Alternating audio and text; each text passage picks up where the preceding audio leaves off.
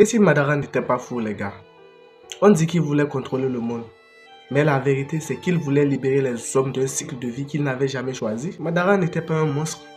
C'était un homme né dans la guerre, qui a grandi dans la guerre et qui a vu des innocents mourir même avant qu'ils aient compris pourquoi ils se battaient. Il a vu des enfants porter des armes, des frères s'entretuer, des promesses de paix toujours trahies. Alors il a compris une chose, tant que les hommes restent libres dans un monde injuste, ils recommenceront toujours les mêmes erreurs. Son plan n'était pas parfait, mais il partait d'une idée radicale.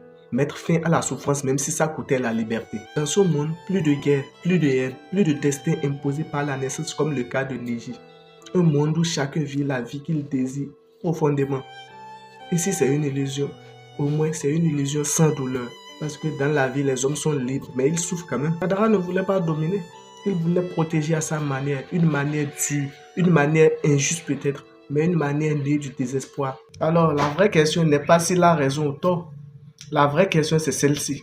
Préfères-tu vivre dans le monde réel, même s'il mène à la guerre, à la perte et à la souffrance, juste parce que c'est la réalité? Ou préfères-tu vivre dans un monde sans douleur, sans haine, sans larmes, même si ce monde n'est pas réel?